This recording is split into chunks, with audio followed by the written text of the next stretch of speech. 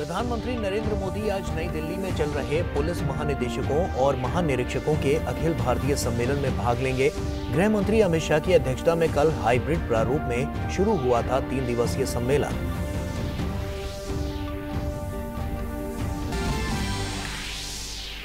NIA ने भाजयुमो नेता Praveen Nettaru murder case में 20 आरोपियों के खिलाफ दाखिल की चार्जशीट। जांच में कई सनसनीखेज खुलासे। एनआईए का आरोप, पीएफआई ने समाज में सांप्रदायिक नफरत फैलाने और 2047 तक इस्लामिक शासन स्थापित करने के एजेंडे के तहत लोगों की हत्याओं को अंजाम देने के लिए किलर स्क्वाड नाम से गुप्त टीमों का किया था गठन। भारतीय कुश्ती संघ अध्यक्ष बृजभूषण शरण सिंह पर लगे आरोपों की होगी जांच। खेल मंत्रालय आज करेगा समिति की घोषणा। कमेटी 4 सप्ताह के भीतर सौंपेगी अपनी रिपोर्ट। जांच पूरी होने तक पद पर नहीं रहेंगे बृजभूषण। खेल मंत्री के आश्वासन के बाद पहलवानों ने खत्म किया धरना। भाजपा अध्यक्ष जेपी नड्डा आज कर्नाटक के दौरे पर। नड्डा नागथन विधानसभा क्षेत्र में विजय संकल्प अभियान की करेंगे शुरुआत। सिंदगी में एक जनसभा को भी करेंगे संबोधित।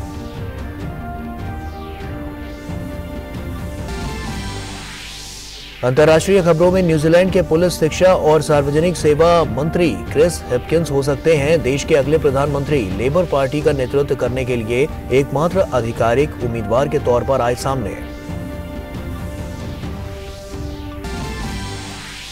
और खेल की खबरों में भारत और न्यूजीलैंड के बीच 3 वनडे मैचों की सीरीज का दूसरा मुकाबला आज रायपुर में। पहला मैच जीत चुकी टीम इंडिया की कोशिश सीरीज अपने नाम करने की होगी। वहीं मेहमान टीम सीरीज बराबर करने के उद्देश्य से उतरेगी मैदान पर। नमस्कार, आप देख रहे हैं डीडी न्यूज। आपके साथ मैं हूं गौरव श्रीवास्तव। तो चलिए बुलेटिन की शुरुआत करते हैं। प्रधानमंत्री नरेंद्र मोदी आज पुलिस के महानिदेशकों और महानिरीक्षकों के अखिल भारतीय सम्मेलन में भाग लेंगे। राजधानी नई दिल्ली में कल यह सम्मेलन शुरू हो गया है। सम्मेलन में सभी राज्यों और केंद्र शासित प्रदेशों के पुलिस बलों के डीजीपी और आईजीपी के अलावा केंद्रीय पुलिस बलों और अन्य खुफिया एवं सुरक्षा एजेंसियों के वरिष्ठ अधिकारी भी हिस्सा ले रहे हैं। बैठक में आतंकवाद, वामपंथी उग्रवाद, साइबर सुरक्षा, ड्रोन के खतरों और मादक पदार्थों की तस्करी जैसे कई विषयों पर चर्चा होने की उम्मीद है। प्रत्येक विषय पर राज्यों और केंद्र शासित प्रदेशों द्वारा अपनाए गए सर्वश्रेष्ठ तरीकों को सम्मेलन में दर्शाया जाएगा ताकि राज्य एक दूसरे से सीख सकें। 2014 से प्रधानमंत्री नरेंद्र मोदी पुलिस महानिदेशकों के सम्मेलन में गहरी रुचि लेते रहे हैं। ये वार्षिक सम्मेलन 22 जनवरी तक जारी रहेगा। राष्ट्रीय जांच एजेंसी ने बीजेपी युवा मोर्चा के नेता प्रवीण नेतारू के मर्डर के मामले में कोर्ट में चार्जशीट दायर की है। हत्या के मामले में एनआईए ने 20 लोगों के खिलाफ चार्जशीट फाइल की है। पिछले साल 26 जुलाई को लोगों में आतंक फैलाने के उद्देश्य से पीएफआई के 2 लोगों ने उनकी हत्या कर दी थी। एनआईए की जांच में और भी कई बड़े खुलासे किए गए हैं। एनआईए ने पीएफआई पर समाज में सांप्रदायिक नफरत फैलाने का आरोप लगाया है। एनआईए ने बताया है कि पीएफआई ने 2047 तक इस्लामिक शासन स्थापित करने के एजेंडे के तहत लोगों की हत्याओं को अंजाम देने के लिए किलर स्क्वाड नाम से गुप्त टीमों का गठन किया था। एनआईए ने पिछले दिनों पॉपुलर फ्रंट ऑफ इंडिया के 2 सदस्यों के खिलाफ 5-5 लाख रुपए का इनाम भी घोषित किया था। उत्तर प्रदेश के मुख्यमंत्री योगी आदित्यनाथ ने लखनऊ में G20 वॉकथॉन को झंडी दिखाकर रवाना किया। इस दौरान योगी आदित्यनाथ ने कहा कि G20 में दुनिया के वे 20 बड़े देश हैं जहां दुनिया की 60% से अधिक आबादी निवास करती है, जिनसे 75% से अधिक ट्रेड है, 85% जीडीपी आता है। दुनिया के वे 20 बड़े देश G20 के नाम से जाने जाते हैं और दुनिया के उन 20 बड़े देशों का नेतृत्व आज प्रदेश को मिला है। G20 दुनिया के वे 20 बड़े देश हैं जहां पर दुनिया की 60% से अधिक आबादी निवास कर रही है। दुनिया के 75% से अधिक ट्रेड पर जिनका अधिकार है। दुनिया की 85% जीडीपी पर जिन देशों का अधिकार है और दुनिया के अंदर इनोवेशन, रिसर्च और पेटेंट में 90% से अधिक पर जिनका अधिकार है। दुनिया के वे 20 बड़े देश G20 के नाम पर जाने जाते हैं और दुनिया के उन 20 बड़े देशों का नेतृत्व आज उत्तर प्रदेश को प्राप्त हुआ है। और वहीं आज उत्तर प्रदेश के 4 शहरों में रन फॉर G20 वॉकथॉन का आयोजन किया जा रहा है, जिसमें वाराणसी भी शामिल है। उत्तर प्रदेश के मुख्यमंत्री योगी आदित्यनाथ ने वीडियो कॉन्फ्रेंसिंग के माध्यम से लोगों को संबोधित किया, जिसके बाद दौड़ शुरू हुई। इसका जायजा लिया हमारे सहयोगी हरिकेश बहादुर सिंह गौतम ने। देखिए, वाराणसी में रन फॉर G20 की शुरुआत हो रही है और यहाँ पर बहुत से स्कूल के विद्यार्थी, संस्थानों से जुड़े लोग इसमें भाग लेने के लिए यहाँ पर उपस्थित हुए हैं। हमारे साथ स्मार्ट सिटी के CEO वासुदेवन जी हैं। माननीय मुख्यमंत्री जी योगी आदित्यनाथ जी, उत्तर प्रदेश में जितना इवेंट हो रहे हैं उसके सबसे बड़ा सक्सेसफुल और पूरा मेमोरी करें, पूरा जनता जो है जिंदगी भर याद रखें। G20 प्रेसिडेंसी इंडिया के था, उस तरह से विस्तार रूप से करना चाहते हैं, पॉपुलराइज करना चाहते हैं। प्रीति श्रीवास्तव हैं, उपनिदेशक हैं पर्यटन विभाग की।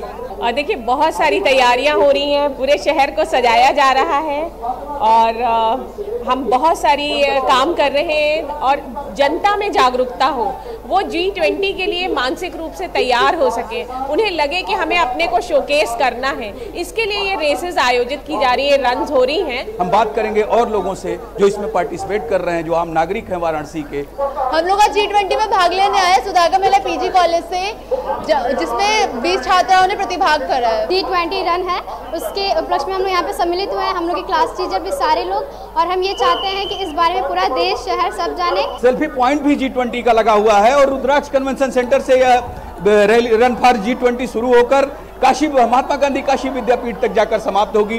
एक संदेश है यहाँ के नगर निगम का, स्मार्ट सिटी जो संस्था है उसका, कि यहाँ के विद्यालय के बच्चों के साथ, संस्थाओं के साथ जुड़कर जो ये G20 रन फॉर G20 किया जा रहा है, उससे जो देश में लोग हैं, जो काशी में लोग हैं, वो जाने कि हम G20 की मेज़बानी कर रहे हैं और इसको अंजाम तक पहुंचाना है, इसको ऊंचाई देनी है, क्योंकि इसकी मेज़बानी हमारे देश को मिली है। कैमरा पर्सन पूजा सिंह के साथ doctor Harkesh Bahadur Singh Gautam, DD news, नगर निगम, वाराणसी। और वहीं रक्षा मंत्री राजनाथ सिंह दिल्ली कैंट में चल रहे NCC के गणतंत्र दिवस शिविर 2023 का उन्होंने दौरा किया। इस मौके पर रक्षा मंत्री NCC में अदम्य साहस, शौर्य और वीरता के लिए कुछ कैडेटों को पुरस्कृत भी किया।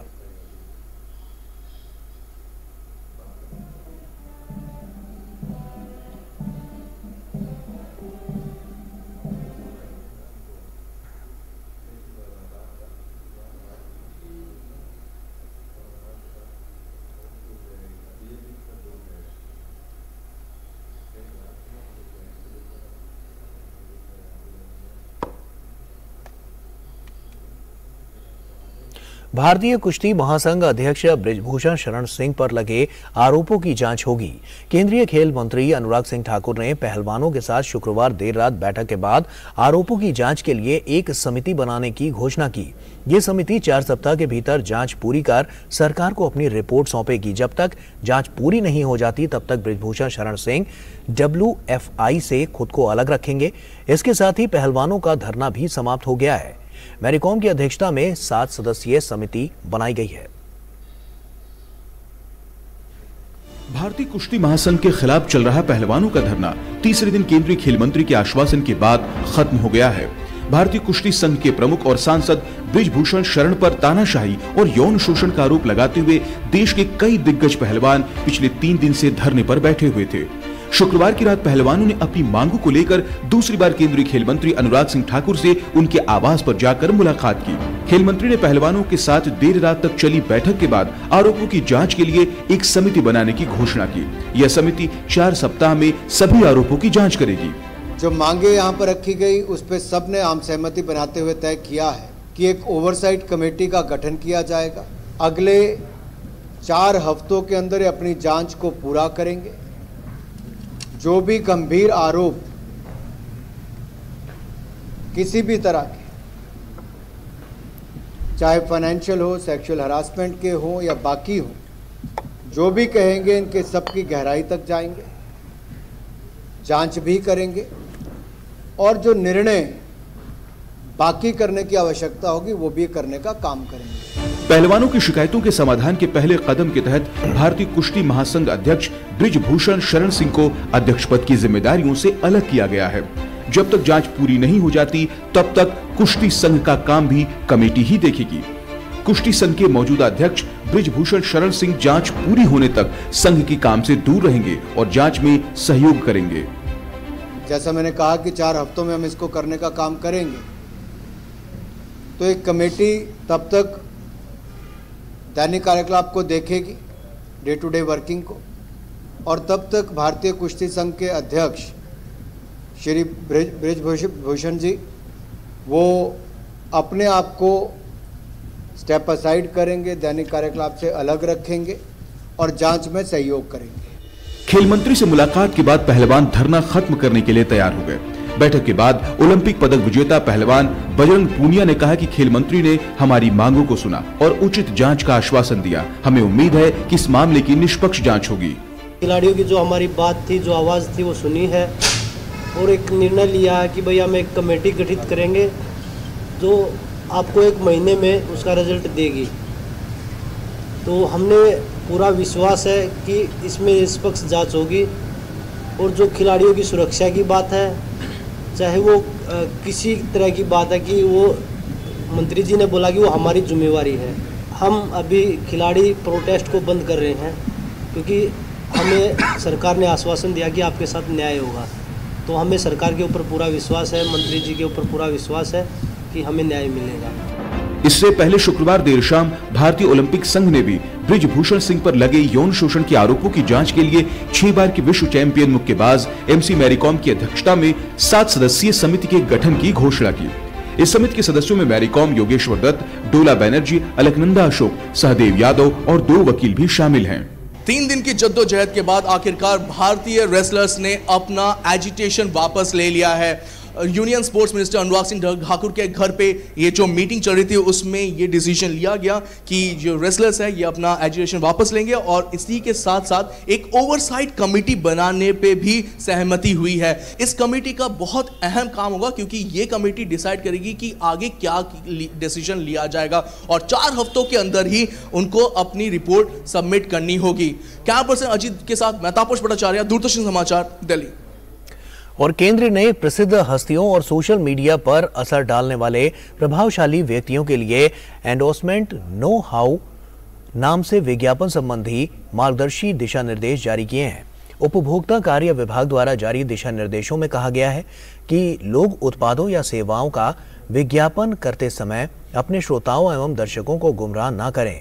विज्ञापन उपभोक्ता संरक्षण अधिनियम और किसी भी अन्य संबंधित नियम या दिशा निर्देशों के अनुपालन में ही प्रदर्शित होने चाहिए। दिशा निर्देशों में कहा गया है कि किसी भी उत्पाद के प्रचार के लिए विज्ञापन, प्रायोजित या सशुल्क प्रचार जैसे शब्दों का उपयोग होना चाहिए। इसमें कहा गया है कि विज्ञापन करने वाली प्रसिद्ध हस्तियों को विज्ञापन दाता के साथ अपने किसी भी तरह के भौतिक संबंधों का खुलासा करना चाहिए। इसके साथ ही उन्हें ऐसे किसी भी उत्पाद या सेवा और कार्य का विज्ञापन नहीं करना चाहिए जिसमें मूल बातों को उनके द्वारा उचित तरीके से व्यक्त ना किया गया हो या जिसे उन्होंने व्यक्तिगत रूप से इस्तेमाल अथवा अनुभव ना किया हो।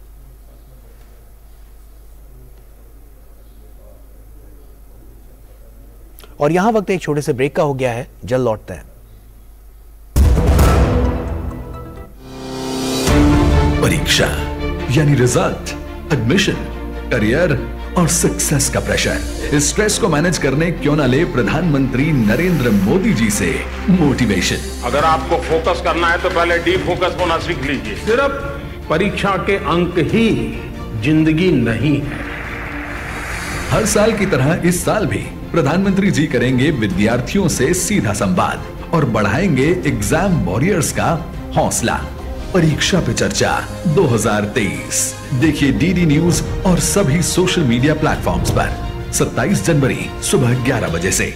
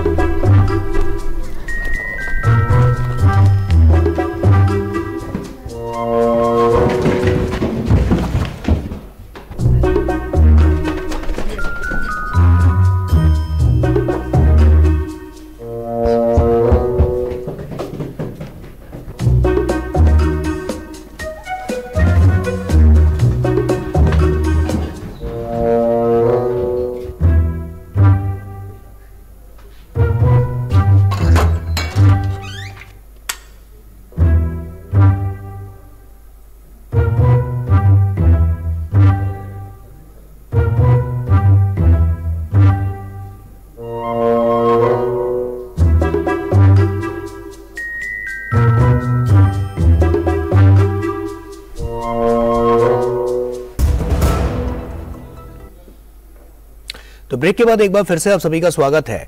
देश में कोविड टीकाकरण का आंकड़ा तेजी से बढ़ रहा है। कोविड महामारी के खिलाफ सबसे प्रभावी हथियार के रूप में शुरू किए गए टीकाकरण अभियान के तहत देश में अब तक 220 करोड़ से अधिक टीकों की खुराकें दी जा चुकी हैं।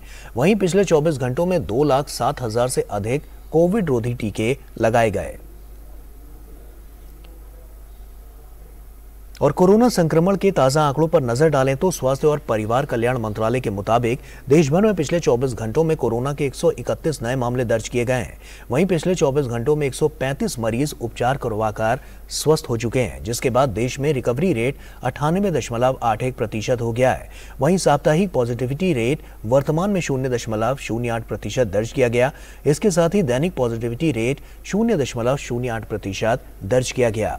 देश में कोरोना के सक्रिय मामलों की संख्या 1940 है।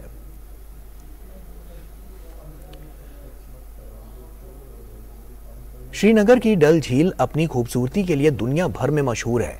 सर्दियों से यहां बड़ी संख्या में प्रवासी पक्षियों का भी आवास रहा है और अब इन परिंदों के लिए डल झील में एक बर्ड फॉरेस्ट रिजॉर्ट भी बनाने का कारनामा कर दिखाया गया है। और ये कारनामा किया है मोहम्मद यासीन ने। यासीन हर दिन इन पक्षियों को 2 से 3 बार खाना खिलाते हैं। देखिए। श्रीनगर की डल झील, जिसकी खूबसूरती को देखने और जहां कुछ खुशगवार पल गुजारने के लिए पर्यटक खींचे चले आते हैं। सर्दियों में ये झील प्रवासी पक्षियों का भी पसंदीदा स्थान होती है। वैसे साल भर झील के विभिन्न हिस्सों में बड़ी संख्या में प्रवासी परिंदे नजर आते हैं। डल झील की दलदली भूमि का एक बड़ा हिस्सा हर दिन अच्छी संख्या में पक्षियों को आकर्षित करता है, लेकिन कई बार खासतौर पर सर्दियों के मौसम में खाने की कमी की वजह से पक्षियों को काफी दिक्कतों का सामना करना पड़ता है। ऐसे में इन मेहमान पक्षियों के लिए श्रीनगर के रहने वाले मोहम्मद यासीन फरिश्ता साबित हो रहे हैं। पक्षी प्रेमी यासीन हाल ही में विदेश से लौटे हैं, लेकिन जब इन्होंने डल झील में पक्षियों की दुर्दशा देखी तो उनसे रहा नहीं गया और एक पक्षी वन रिसोर्ट स्थापित करने का फैसला किया ताकि पक्षियों को उचित भोजन मिल सके। यासीन खुद भी डल झील में अपने हाउस बोट में रहते हैं। यासीन इन पक्षियों को दिन में 2 से 3 बार खाना खिलाते हैं। इस आहार अभ्यास को पक्षियों के लिए फायदेमंद बनाने के लिए यासीन ने अपने शिकारा की मदद से कुछ खास जगहों का चयन किया है, जहां वो हर दिन प्रवासी पक्षियों के लिए दाना डालते हैं। पहले तो मैंने थाईलैंड में देखा था, तो वहाँ से फिर मैं इंडोनेशिया में भी देखा था, तो वहाँ से यूक्रेन में भी देखा और स्विट्ज़रलैंड में भी देखा। तो 5-6 कंट्री का इम्प्रेशन बढ़ गया बहुत ही अच्छा। तो वो देख के भी मैं यहाँ पे जहाँ रह रहा हूँ तो यहाँ पे भी बर्ड्स बहुत सारे हैं, तो इनको खाना देना हमारे धर्म मतलब हमारा मजहब बता रहा है, क्योंकि इनके पास एक लैंग्वेज नहीं है, तो हमें एज ए ह्यूमन बीइंग इनको फीड करना है, तो हम करते रहते थे। मैं यहाँ नहीं था तो मेरे मम्मी पापा करते रहते थे। यासीन की इस पहल से जहां पर्यटकों को डल झील में प्रवासी पक्षियों से रूबरू होने का अच्छा मौका मिल रहा है, वहीं स्थानीय लोग भी उनके इस काम की तारीफ कर रहे हैं और इस काम में उनका हाथ बटा रहे हैं। जब यहाँ पे फ्रीज होता है ये लेक, जब ये पूरा फ्रीज होता है तो उस टाइम बहुत ज़्यादा मुश्किलात होती है एक बर्ड्स को, क्योंकि उनको कोई खाना नहीं मिलता है, क्योंकि वो सारा कुछ जम जाता है झील के अंदर। जब उनके ऊपर मेरे घर के सब पीछे बैक साइड से वहाँ पे भी हमारे यहाँ पे फ्रीज होता है, तो हम भी चावल वावल फेंकते रहते हैं। मगर इनका क्या है कि इन लोगों ने ये एक ना तरीके से जो फीड कर रहे हैं हर एक जगह पे, इसने ये बाहर जाके सीखा है, तो यहाँ पे आए हैं तो यहाँ पे इन लोगों ने ये इम्प्लीमेंट किया है। डल झील में बर्ड फॉरेस्ट रिजॉर्ट की स्थापना से यहाँ पक्षियों की संख्या भी बढ़ गई है। यासीन को उम्मीद है कि उनकी इस पहल से यहाँ पर्यटकों की संख्या में और इजाफा होगा। Bureau report, TD news. और महाराष्ट्र का गढ़चिरौली जिला नक्सल प्रभावित जिलों में से एक है। यही कारण है कि यहाँ विकास की गति अन्य जगहों की तुलना में धीमी है। कई इलाकों में पक्की सड़कों का निर्माण भी नहीं हो पाया है। कई इलाके ऐसे भी हैं जो शहरों से इतनी दूर हैं कि वहां एम्बुलेंस जैसी सेवाएं भी नहीं पहुंच पाती हैं। अब इन इलाकों के लोगों को बेहतर स्वास्थ्य सुविधाएं देने के लिए जिला प्रशासन की ओर से बाइक एम्बुलेंस सेवा शुरू की गई है। देखिए। बाइक एम्बुलेंस महाराष्ट्र के नक्सल प्रभावित जिला गढ़चिरौली के वासियों के लिए खास तोहफा।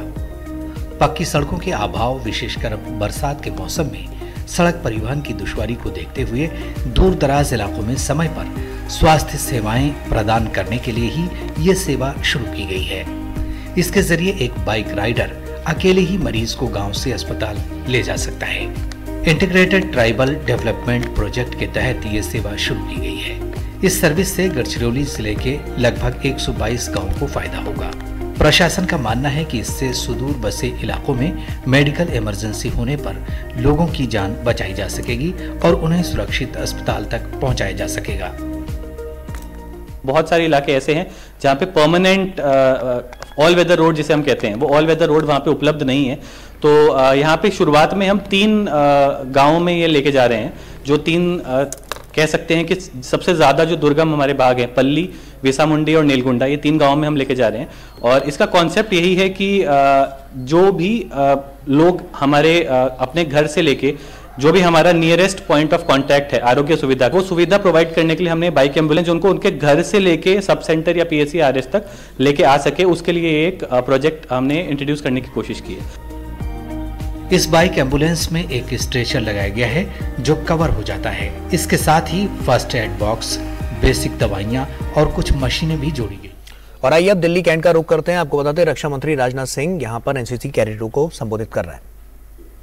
दीप्ति गोयल चावला, एडिशनल सेक्रेटरी रक्षा मंत्रालय और एनसीसी के सारे सीनियर ऑफिशियल्स, समस्त भारत से आए मेरे प्यारे एनसीसी के कैडेट्स, देवियों व सज्जनों, आज इस नेशनल कैडेट कोर द्वारा आयोजित रिपब्लिक डे कैंप में आप सबसे मिलकर मुझे बेहद खुशी हुई है।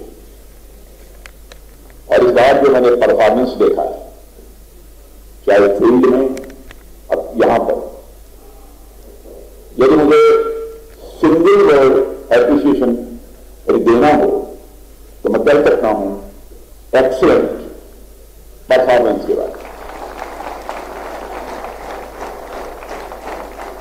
मैं इसके पहले भी एनसीसी हेडक्वार्टर्स में आ चुका हूं और आप लोगों की ड्रिल और कल्चरल प्रोग्राम्स की परफॉर्मेंस पहले भी हमने देखी है। आप लोगों को देखकर यह लगता है कि पूरा भारत इस ऑडिटोरियम में सामने खड़ा हो गया है, और एक ऐसा भारत जिसके शरीर अनेक हैं पर आत्मा एक है, जिसकी ब्रांचेज अनेक हैं परंतु रूट्स एक हैं। आप लोग भारत देश के 17 अलग अलग डायरेक्टरेट से यहां पर आए हुए हैं, पर उन 17 डायरेक्टरेट्स के बहाने में इस हाल में अनेक क्षेत्र, अनेक भाषाएं और अनेक संस्कृतियां, अनेक रीति रिवाज भी देख रहा हूं। मेरे युवा साथियों, आप लोगों को देखकर एक बात तो मैं विश्वास के साथ कह सकता हूं कि एनसीसी अब तक आपके अंदर ऐसी क्वालिटीज पैदा कर चुकी है जो आपको एक वेल राउंडेड पर्सनालिटी बनाने में सहायक होती है। इसने आपके अंदर एक लीडर, एक सोल्जर, एक आर्टिस्ट और इन सबसे ऊपर एक अच्छे इंसान के गुण पैदा किए हैं जो मैं अपनी आंखों से साफ देख सकता हूं। मेरे प्यारे कैडेट्स, यहां मिलने वाली सीख जैसे एकता, अनुशासन, सत्यपरायणता, साहस, सद्भाव, बंधुत्व और नेतृत्व जैसे गुण हमेशा से हमारे देश में यह मार्गदर्शक गुण रहे हैं। और इनके साथ साथ मैं समझता हूं कि एनसीसी आपके भीतर जो सबसे महत्वपूर्ण गुण डेवलप करती है वह है अपने लक्ष्य के प्रति दृढ़ता और समर्पण। मेरे साथियों, एनसीसी ने, मैं समझता हूं कि अब तक आपकी बुनियाद इतनी मजबूत बना दी है कि उस पर आप सफलता की कितनी भी विशाल इमारत खड़ी कर सकते हैं। आप जितनी भी महान विभूतियों को देखेंगे, आप पाएंगे कि दुनिया प्रायः उन्हीं गुणों के कारण जानती है जिनको उन्होंने अपने अंदर छोटी आयु तक विकसित कर लिया था। नेशनल कैडेट कोर का उद्देश्य भी यही है कि वह आपके अंदर उन विभूतियों के गुणों को विकसित करे जिससे आप स्वयं तो अपनी राह निर्मित कर ही सकें, साथ ही समाज को भी एक नई दिशा दे सकें। इसलिए आपको अब तक जितनी भी सीखें यहां पर मिली हैं उन्हें अपने जीवन में अच्छी तरह उतारना है और धीरे धीरे उन्हें और अधिक आगे विकसित करना है। छोटे छोटे गुण ही होते हैं जो आगे चलकर आपको मुकम्मल बनाते हैं, यानी परफेक्ट बनाते हैं। मेरे साथियों, आप एनसीसी के अपने पिछले कुछ महीनों या वर्षों को यदि याद कीजिए, आप याद करने की कोशिश करिए कि एनसीसी के अलावा आपने आखिरी बार कब टीम के साथ काम किया था। यहां तो मैं समझता हूं प्राय सभी काम, वह चाहे आपको परेड करना हो या कल्चरल प्रोग्राम करना हो या फ्लैग एरिया में काम करना हो, आप टीम में ही काम करते हैं। कई बार तो रोजमर्रा के कामों के लिए भी आपको टीम के साथ जाना पड़ता है, पर सामान्य तौर पर हम जीवन में टीम के साथ उतना वर्क नहीं करते हैं।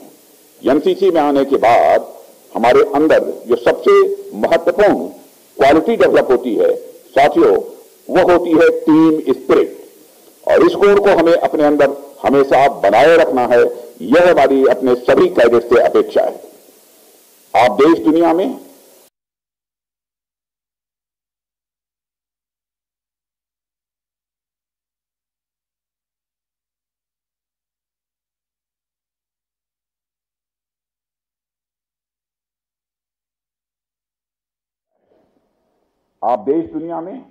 अतीत की घटनाएं देख लें, जितनी भी बड़ी घटनाएं आप देखेंगे उनमें से अधिकांश आपको टीम वर्क की घटनाएं देखने को मिलेंगी।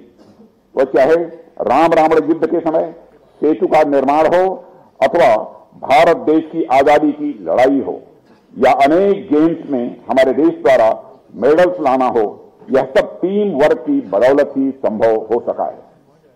टीम वर्क का एक और बेहतरीन उदाहरण आपको हमारी रक्षा व्यवस्था में भी देखने को मिलता है। जब कभी हमारे देश को जरूरत पड़ती है और हमारी सेनाएं सीमा पर कदमताल करती दिखाई देती हैं, उस समय केवल हमारी सेनाएं ही कदमताल नहीं कर रही होती हैं, उस समय हमारे देश के साइंटिस्ट, इंजीनियर्स, मैकेनिस्ट और अनेक सिविल अफसर भी कदम से कदम और कंधे से कंधा मिलाकर आगे बढ़ रहे होते हैं।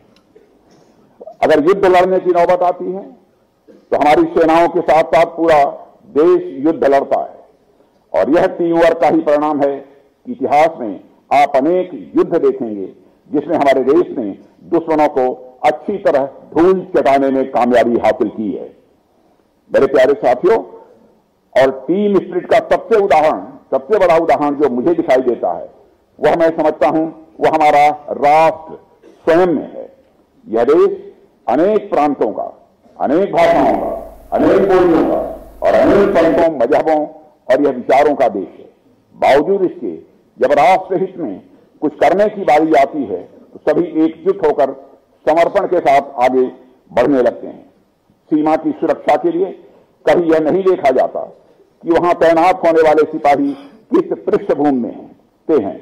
चंद्रयान या मंगलयान जब लॉन्च होता है तो यह नहीं देखा जाता है उसमें काम करने वाले साइंटिस्ट और इंजीनियर किस बैकग्राउंड से हैं। स्कूलों में जब शिक्षा दी जाती है तब यह नहीं देखा जाता है कि विद्यार्थी किस बैकग्राउंड से है। इसी तरह एनसीसी की जब ट्रेनिंग होती है तब यह नहीं देखा जाता है कि कैडेट किस बैकग्राउंड से आते हैं। कहने का मतलब, राष्ट्र निर्माण की राह में क्या जवान, क्या किसान, क्या डॉक्टर, क्या इंजीनियर, क्या मजदूर, क्या किसान, क्या कोई और, सब अपना सर्वश्रेष्ठ देते हुए आगे आते हैं और राष्ट्र के लिए वह काम करते हैं। आज हमारा देश अगर दुनिया के अग्रणी देशों में शामिल होने की ओर लगातार बढ़ रहा है तो उसके पीछे यही कारण है। इसी तरह अनगिनत उदाहरण हैं जो एक लक्ष्य के प्रति मिलजुल कर काम करने का संदेश देते हैं। हमें उस संदेश को जीवन में उतारना चाहिए। मेरे साथियों, टीम में काम करने से आप अपने जीवन में अनेक लाभ अनुभव करेंगे।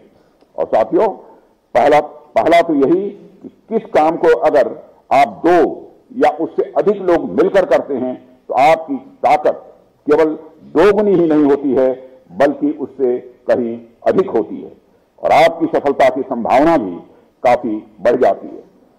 अब आप कहेंगे, काम जब दो लोग मिलकर कर रहे हैं तो फिर ताकत दोगुनी से अधिक कैसे हो गई? यहां मैं आपको एक उदाहरण देना चाहता हूं। आप में से अनेक कैडेट्स ने हाई स्कूल या इंटरमीडिएट में आपने मैथ पढ़ी होगी, क्वाड्रेटिक आइडेंटिटी के बारे में आप जानते होंगे। आपने देखा होगा मिस्टर ए और मिस्टर बी दोनों अलग अलग अपनी तरफ से कोई इफर्ट करते हैं, कोई काम करते हैं, तो ए बढ़कर ए से ए स्क्वायर हो सकता है, ए क्यूब हो सकता है, A raise to the power 4 हो सकता है। वैसे ही बी भी बी स्क्वायर हो सकता है, बी क्यूब हो सकता है, B raise to the power 4 हो सकता है। लेकिन दोनों यह फैसला करें कि हम अलग अलग प्रयत्न नहीं करेंगे, बल्कि हम टीम स्पिरिट से हम काम करेंगे। तो आप ए प्लस बी ब्रैकेट में भी क्लोज कर दीजिए, उसका होल स्क्वायर करिए, तो केवल आपको ए स्क्वायर प्लस बी स्क्वायर ही नहीं मिलेगा, इन एडिशन टू दैट आपको प्लस 2ab भी मिलेगा। यह एक एडिशनल अचीवमेंट होता है टीम स्पिरिट से काम करने का। और यह एनसीसी हमें इसी तरीके से मिलजुल कर काम करना सिखाती है। टीम में काम करने का एक और बड़ा महत्वपूर्ण लाभ होता है, और वह लाभ यह है किसी काम में सफलता मिलने पर आपको व्यर्थ का अभिमान, घमंड नहीं होता है, किसी प्रकार का घमंड नहीं होता है। जब कोई व्यक्ति अकेले कोई काम करता है तो कई बार उसे अभिमान हो जाता है, वह अभिमान का शिकार हो जाता है। उसके मन में यह अभिमान आ जाता है कि अगर मैं यह अकेले कर सकता हूं तो मैं कोई भी काम अकेले कर सकता हूं। वैसे अकेले काम करके सफलता प्राप्त कर लेना यह कोई बुराई नहीं है, लेकिन काम में सफलता के बाद मन में किसी प्रकार का अहंकार पैदा होना यह निश्चित रूप से एक बुराई है, एक बहुत बड़ी एविल है। साथियों, व्यक्ति को लगने लगता है कि वह सर्वशक्तिमान है और वह कोई भी काम अकेले कर सकता है। ऐसे में घर परिवार और समाज के बाकी लोगों के प्रति वह कृतज्ञ होने लगता है और उसे लगता है कि जब मेरी सफलता में इन लोगों का कोई कंट्रीब्यूशन ही नहीं है तो मैं क्यों इनके बारे में सोचने लगा। अगर ये लोग मेरे काम नहीं आ सकते तो मैं क्यों इनके काम आने लगा। ऐसे में वह समाज और राष्ट्र से कटने लगता है और उसकी सारी दुनिया केवल उसी तक सिमट जाती है। वह बस अपने लिए सोचने लगता है और अपने लिए जीने लगता है, और ऐसे लोग किसी भी समाज और राष्ट्र के लिए एक आदर्श व्यक्ति किसी भी सूरत में नहीं बन सकते हैं। जबकि जो लोग टीम स्पिरिट से काम करते हैं वे मिलजुल कर खुशियां मनाते हैं और उनके मन में किसी प्रकार का कोई अहंकार नहीं पैदा होता है। उनके अंदर का अहंग न होकर वयम यानी हम सबसे जुड़ने लगता है और वह संपूर्ण समाज, राष्ट्र और विश्व धीरे धीरे उनके लिए एक होने लगता है। एनसीसी के अपने सभी कैडेट्स में से भी मैं यही उम्मीद करता हूं। आपने देखा होगा कोई भी नंबर हो 1, 2, 3, 4, यह अहंकार का यह पॉइंट ह के ऊपर जो पॉइंट होता है, यदि आप नंबर 1 के पहले लगा दीजिए तो वह नंबर 1 नहीं रह जाएगा केवल, बल्कि 1/10 हो जाएगा। यदि 2 के पहले वह पॉइंट लगा दीजिए तो उसकी वैल्यू घट जाएगी, वह 2/10 हो जाएगा। 3 के पहले वो पॉइंट लगा दीजिए तो उसकी वैल्यू 3 नहीं रह जाएगी, बल्कि 3/10 हो जाएगी। अहंकार एक ऐसी चीज है जो व्यक्ति की कीमत को, उसकी गरिमा को वह कम कर देती है। एक और चीज जो एनसीसी हमें सिखाती है साथियों, वह है असफलता से हमें किसी भी सूरत में भय नहीं करना चाहिए। यह उससे मुक्ति दिलाती है। यह एनसीसी, आप में से ऐसे कई कैडेट्स होंगे जो पहली बार स्कूल या कॉलेज लेवल के कंपटीशन में फेल हो गए होंगे या फिर से प्रयास किया होगा और आगे बढ़े। हो सकता है कुछ कैडेट यूनिट लेवल पर फेल हुए होंगे पर फिर से प्रयास किया और आगे बढ़े। हो सकता है कुछ कैडेट डायरेक्टरेट लेवल पर फेल हुए होंगे और फिर से प्रयास किया और अधिक मेहनत की और आज यहां प्रतिष्ठित रिपब्लिक डे कैंप में मौजूद हैं। कहने का मतलब है फेलोर और सक्सेस हमारे जीवन के एक महत्वपूर्ण अंग हैं। कभी उतार तो कभी चढ़ाव का नाम ही यह जिंदगी है, ऐसा हमारे यहां वरिष्ठ लोगों ने कहा है। मेरे साथियों, आपने कभी इलेक्ट्रोकार्डियोग्राम का टेस्ट देखा होगा जिसका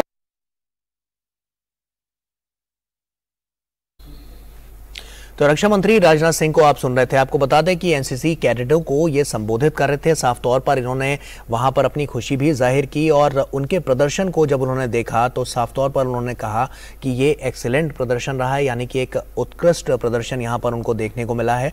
और साफ तौर पर काफी बड़ी और महत्वपूर्ण बातें उन्होंने कही हैं सेना को लेकर और रक्षा तंत्र को लेकर कि किस तरह से वहां पर जो स्थितियां हैं वो पहले से ज्यादा दुरुस्त हुई हैं।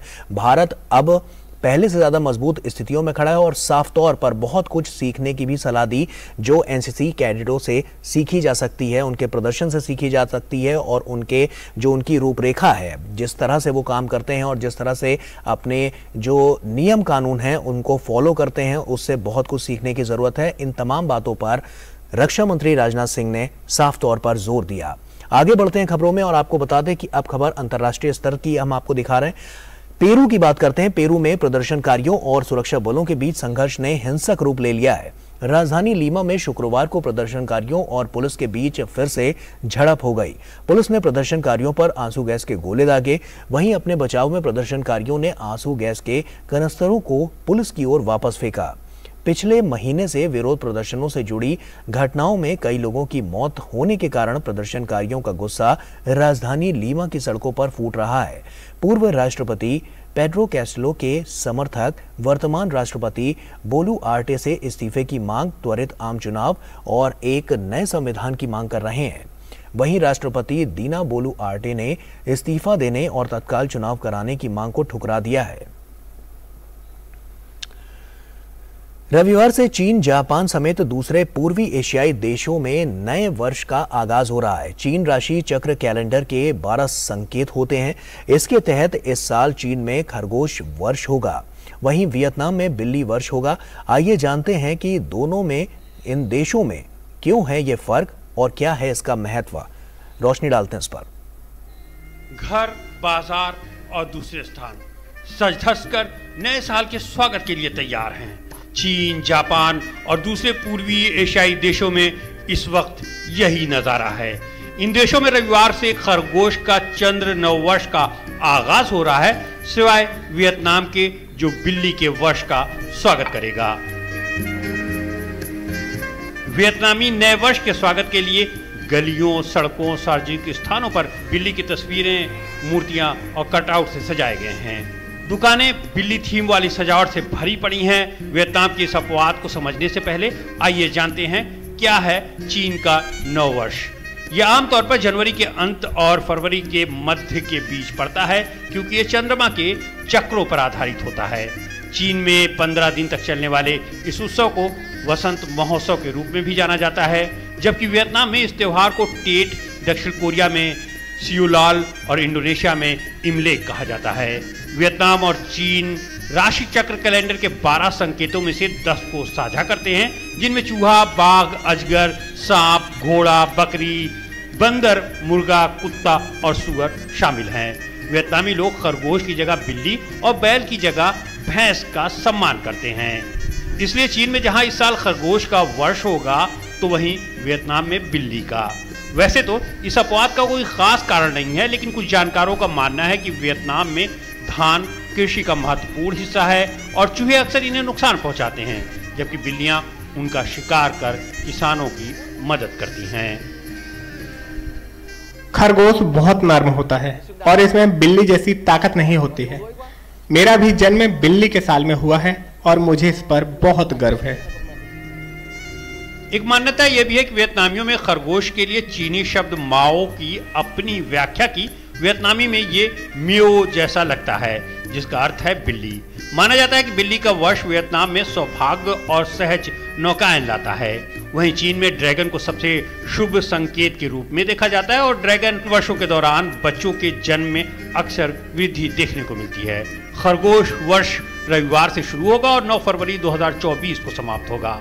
मान्यता है कि खरगोश वर्ष में जन्म लेने वाला व्यक्ति शांत और विचारशील स्वभाव का होता है। मुझे लगता है कि अगर चूहे का बस होता है तो बिल्ली का भी होना चाहिए। मुस्लिमों के सबसे बड़ी आबादी वाले देश इंडोनेशिया में चीनी मूल के लाखों नागरिकों ने पूर्व राष्ट्रपति सुहार्तो के दमनकारी शासन के दौरान दशकों के भेदभाव को सहन किया था। उन्हें चीनी शैली के नाम और अपनी भाषा को छोड़ने के लिए मजबूर किया गया और त्योहार को खुले तौर पर मनाने की अनुमति नहीं दी गई थी। 2002 में उनके सत्ता से बेदखल होने के बाद ही लूनर न्यू ईयर राष्ट्रीय अवकाश घोषित हो सका। त्योहार के समय लोग लाल रंग पहनते हैं, इसे शुभ माना जाता है। सजावट से लेकर उपहारों तक हर चीज में ये रंग दिखाई देता है। चीन में नए साल पर अलग अलग तरह के खाने की चीजें बनती हैं। इसमें चावल, पारंपरिक कुकीज सहित कई डिशेस शामिल हैं। वहीं दक्षिण कोरिया में नए साल पर टेटोगुक चावल का केक, सूप, जीन और पैनकेक बनाए जाते हैं। तिब्बत में लोग नूडल सूप, गुटुक खाकर त्योहार की शुरुआत करते हैं। और पाकिस्तान के बलूचिस्तान में एक बम धमाके की वजह से एक पैसेंजर रेल अपनी पटरी से उतर गई। इस हादसे में कम से कम 15 लोग जख्मी हुए हैं। स्थानीय प्रशासन ने बताया है कि इस घटना के लिए क्षेत्रीय अलगाववादी ग्रुप बलोच लिबरेशन आर्मी ने जिम्मेदारी ली है। दुर्घटना पहाड़ी इलाके में होने की वजह प्रशासन को राहत कार्यों में भी परेशानी आ रही है। फ्रांस के राष्ट्रपति इमैनुअल मैक्रों ने यूक्रेन में युद्ध के प्रभाव और दुनिया भर में बढ़ते खतरों को ध्यान में रखते हुए 2024 से 2030 की अवधि के लिए सैन्य खर्च की योजना की रूपरेखा को पेश किया। उन्होंने इस अवधि के लिए रक्षा बजट को बढ़ाकर 413 बिलियन यूरो कर दिया। इस राशि को सशस्त्र बलों के आधुनिकीकरण के लिए उपयोग किया जाएगा। बाल्कन क्षेत्र के देश अल्बानिया में बाढ़ की वजह से बड़ा इलाका जलमग्न हो गया है। भारी बारिश की वजह से आई बाढ़ के कारण बड़े इलाकों में पानी भरा होने से कई सड़कें बंद हो गई हैं। इस दौरान सब तरफ से रास्ते बंद होने के कारण अल्बानिया की सेना गांवों में पहुंचकर स्थानीय लोगों की मदद कर रही है। अल्बानिया के शिक्षा मंत्रालय के मुताबिक इस वजह से 56 स्कूलों को फिलहाल बंद कर दिया गया है।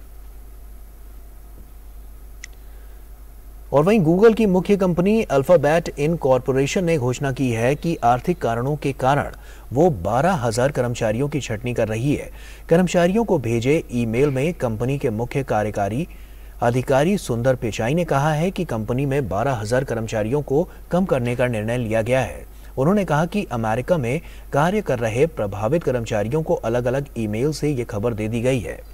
अन्य देशों में कार्यरत कंपनी के कर्मचारियों के बारे में ये प्रक्रिया बाद में शुरू होगी।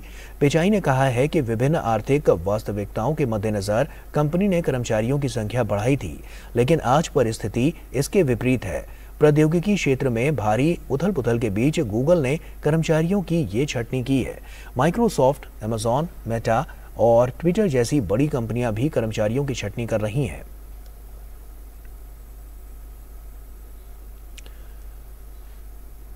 रूस और यूक्रेन के युद्ध को अब लगभग 1 साल पूरा होने वाला है। आखिर ये युद्ध इतना लंबा कैसे खिंचता जा रहा है? शुरू में लगता था कि रूस जल्दी ही यूक्रेन को घुटनों पर ला देगा, लेकिन ऐसा नहीं हो रहा है। तो सवाल उठता है कि क्यों?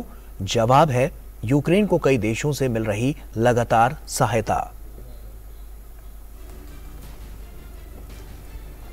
पिछले साल जब रूस ने यूक्रेन पर हमला बोला तो राजनीतिक पंडित यूक्रेन के चंद दिनों में ही ढह जाने की भविष्यवाणी करने लगे।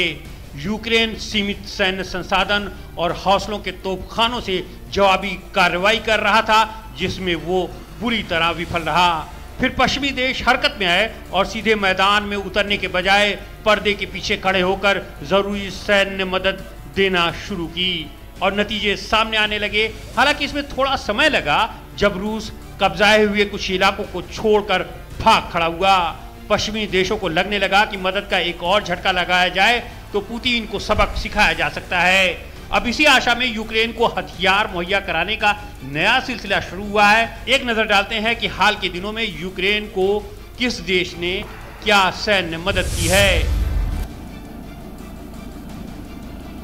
रूस को रोकने में अमेरिका यूक्रेन का सबसे बड़ा मददगार बनकर सामने आया। इसी क्रम में अमेरिका ने $2.5 अरब की नई मदद की घोषणा की है। अब्राहम M1 युद्ध टैंक के इस खेप में शामिल न होने से यूक्रेन थोड़ा निराश जरूर हुआ है, लेकिन दूसरी ओर 90 स्ट्राइकर बख्तरबंद कार्मिक वाहन, 59 Bradley infantry fighting vehicle, Avenger air defence system और दूसरे हथियारों के मिलने से गदगद है। फरवरी 2022 के बाद से यूक्रेन को अब तक $26.7 बिलियन से अधिक की कुल अमेरिकी सैन्य सहायता मिल चुकी है।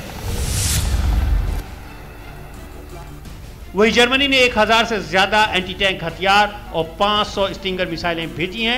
हालांकि बेहतरीन किस्म के टैंक की आपूर्ति को लेकर अमेरिका और यूरोपीय देशों में मतभेद उभर कर सामने आ रहे हैं। अमेरिका का कहना है कि अब्राहम टैंक को चलाने में मुश्किल पेश आएगी, लिहाजा इसकी आपूर्ति नहीं की गई है, जबकि जर्मनी इस बात पर अड़ा है कि अमेरिकी टैंक मिलने के बाद ही वो अपना लीपर्ड टैंक यूक्रेन को देगा। यूक्रेन के हथियारों की आपूर्ति के मामले में ब्रिटेन दूसरे स्थान पर है। ब्रिटेन ने कम से कम 75 सैक्सन बख्तरबंद वाहन और land rover defender armoured reconnaissance and communication वाहनों के साथ लाइट एंटी टैंक मिसाइलों की बड़ी खेप यूक्रेन को दी है। इसके अलावा यूक्रेन को 4000 से ज्यादा NLAW missile, javelin missile, anti air missile, 3000 body armour, 2000 helmet और 4000 बूट ब्रिटेन ने अब तक मुहैया कराया है। हाल के दिनों में ब्रिटेन ने यूक्रेन को 14 चैलेंजर टैंक देने की घोषणा की है, जो वहां का मेन बैटल टैंक माना जाता है। रूसी सेना से मुकाबले के लिए पोलैंड ने यूक्रेन को 50 M57 mortar, 9 MTLB multipurpose armoured personal vehicle, 15 heavy machine gun, 2 AK 176M gun mount parachute system और 100 रिकोलेस गन की आपूर्ति की है।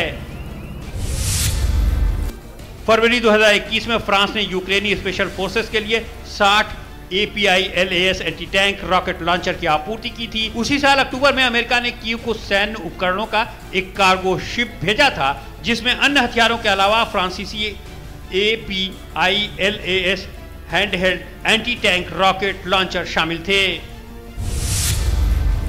लिथुआनिया ने कई बार यूक्रेन को सोवियत काल के छोटे हथियारों और गोला बारूद की आपूर्ति की है। युद्ध शुरू होने के बाद से लिथुआनिया ने यूक्रेन को थर्मल इमेजिंग निगरानी उपकरणों के अलावा Norwegian NASA MS multiple launcher rocket system सौंपा है।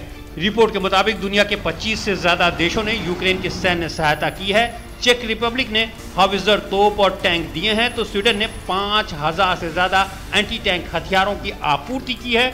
वहीं फिनलैंड ने 1.5 लाख से ज्यादा गोलियां, 15,000 रॉकेट लॉन्चर्स, 25,000 असॉल्ट राइफल्स भेजे हैं, जबकि बेल्जियम, पुर्तगाल और डेनमार्क ने एंटी टैंक हथियार और ऑटोमेटिक राइफल्स की आपूर्ति कर यूक्रेन को सैन्य मदद पहुंचाई है। और वहीं रूस और यूक्रेन पर जारी युद्ध के बीच सर्बिया के राष्ट्रपति ने रूस की प्राइवेट मिलिट्री ग्रुप वैगनर पर आरोप लगाया है कि यूक्रेन में लड़ने के लिए वो सर्बियाई नागरिकों को भर्ती कर रहा है। यूक्रेन समर्थक कार्यकर्ताओं ने बेलग्रेड में इसके खिलाफ आपराधिक मामला भी दर्ज कराया है। यूक्रेन के अर्ध सैनिक समूह वैगनर पर आरोप है कि यूक्रेन में लड़ने के लिए वो सर्बियाई नागरिकों को भर्ती कर रहा है। यूक्रेन समर्थक कार्यकर्ताओं ने बेलग्रेड में बाकायदा इसके खिलाफ आपराधिक मामला दर्ज कराया है। एक नागरिक समूह के मुखिया ने बताया कि मामले में सर्बिया में रूस के राजदूत और सर्बिया की सुरक्षा और सूचना एजेंसी के प्रमुख को भी आरोपी बनाया गया है। संदेह जताया जा रहा है कि सुरक्षा और सूचना एजेंसी के प्रमुख ने सर्बिया में वैगनर समूह की गतिविधियों के खिलाफ कार्रवाई नहीं करने के निर्देश दिए हैं। हमारे पास अच्छी तरह से स्थापित संदेह है कि सुरक्षा सूचना एजेंसी के निदेशक के रूप में अलेक्जेंडर वुलिन ने निर्देश दिए हैं कि सर्बिया में वैगनर समूह की गतिविधियों को रोका नहीं जा सकता। इस खबर के मीडिया में आने के बाद कड़ी प्रतिक्रिया देते हुए सर्बिया के राष्ट्रपति ने कहा कि सर्बियाई लोगों को भर्ती करना अवैध है। हालांकि अभी तक सर्बियाई लोगों की भर्ती की कोई पुख्ता जानकारी सामने नहीं आ पाई है। सर्बिया रूस का करीबी माना जाता है, लेकिन यूक्रेन युद्ध को लेकर वो तटस्थ रुख अपनाए हुए है। वो सर्बिया के लोगों को यूक्रेनियों को लेकर नफरत फैला रहे हैं। इससे सिर्फ हिंसा और जंग ही फैलेगी, इसकी यहाँ जरूरत नहीं है। आइए जानते हैं कि ये वैगनर ग्रुप है क्या और क्यों रूस के लिए लड़ाकों को भर्ती कर रहा है। वैगनर ग्रुप एक रूसी अर्धसैनिक संगठन है। भाड़े के सैनिकों का एक नेटवर्क है जिसकी मौजूदगी यूरोप से लेकर लीबिया, सीरिया, मोजाम्बिक, माली, सूडान और मध्य अफ्रीकी गणराज्य तक मानी जाती है। इन्होंने यूक्रेन के सोलेडार शहर पर कब्जे का ऐलान कर यूक्रेन में अपनी मौजूदगी दर्ज कराई थी। ऐसा माना जाता है कि रूस की मुख्य खुफिया एजेंसी GRU में काम करने वाले पूर्व रूसी लेफ्टिनेंट दिमित्री उत्किन इस ग्रुप के संस्थापक हैं। हालांकि ये भी दावा किया जाता है कि ग्रुप का नेतृत्व येवगेनी प्रिगोजिन करते हैं। प्रिगोजिन को पुतिन का करीबी माना जाता है। यूरोपीय संघ ने पिछले साल 3 सितंबर को इस पर प्रतिबंध लगा दिया था। कहा जाता है कि ग्रुप में कौन लोग काम करते हैं, कैसे काम करते हैं, इसकी जानकारी इस ग्रुप के अलावा किसी के पास भी उपलब्ध नहीं है। इस ग्रुप की कार्यप्रणाली इतनी गोपनीय रहती है कि कई बार ये भी सवाल उठता है कि क्या वाकई में ये ग्रुप अस्तित्व में है या नहीं।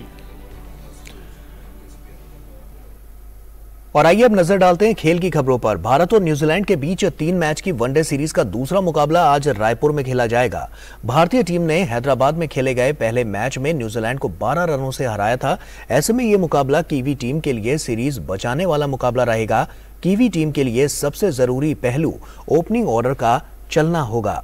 वहीं गेंदबाजी विभाग में भी टीम के लिए कंसिस्टेंसी एक बड़ा विषय होगा। न्यूजीलैंड के खिलाफ खेले जा रहे 3 मैचों की एक दिवसीय सीरीज के पहले मुकाबले में धमाकेदार जीत के बाद भारतीय क्रिकेट टीम अब दूसरे मैच के लिए तैयार है। दोनों टीमें सीरीज के दूसरे मुकाबले में शनिवार को आमने सामने होंगी। ये मैच रायपुर में खेला जाएगा। भारतीय टीम ने हैदराबाद में खेले गए पहले मैच में न्यूजीलैंड को 12 रन से हराया था। ऐसे में इस मुकाबले में कीवी टीम के सामने सीरीज बचाने की चुनौती होगी। पिछले मुकाबले में भारतीय टीम की ओर से शुभमन गिल ने शानदार पारी खेली थी और अपने वनडे करियर का पहला दोहरा शतक जड़ा था। ऐसे में एक बार फिर से टीम को शुभमन गिल से उम्मीद रहेगी। वहीं न्यूजीलैंड की बात करें तो पिछले मुकाबले में माइकल ब्रेसवेल ने 140 रन की शानदार पारी खेली थी।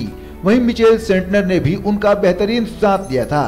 कीवी टीम के लिए सबसे जरूरी पहलू ओपनिंग ऑर्डर का चलना होगा। वहीं गेंदबाजी में भी टीम के लिए कंसिस्टेंसी एक बड़ा विषय होगा। वहीं दोनों टीमों के बीच अब तक के रिकॉर्ड पर नजर डालें तो भारत और न्यूजीलैंड के बीच अब तक 113 मुकाबले खेले गए हैं, जिसमें से भारत ने 55 मैचों में जीत हासिल की है, जबकि न्यूजीलैंड के नाम 50 मुकाबले रहे हैं और 1 मैच टाई रहा है। वहीं 7 मैच में कोई परिणाम नहीं निकला है। पिछले 10 एक दिवसीय मुकाबलों में भारत का रिकॉर्ड अच्छा नहीं है। उसने सिर्फ 1 जीत हासिल की है, जबकि 6 मैच हारे हैं। 3 मैच का कोई नतीजा नहीं निकला है। शनिवार को खेले जाने वाला मुकाबला दोनों टीमों के लिए अहम होगा। इस मैच में भारतीय टीम एक तरफ जहां अजय बढ़त के इरादे से मैदान में उतरेगी, तो वहीं दूसरी ओर न्यूजीलैंड की कोशिश जीत हासिल कर सीरीज में बराबरी करने की होगी। Sports desk, DD news. और इसी के साथ फिलहाल इतना ही। हमें दीजिए इजाजत। आप बने रहिए डीडी न्यूज के साथ। नमस्कार।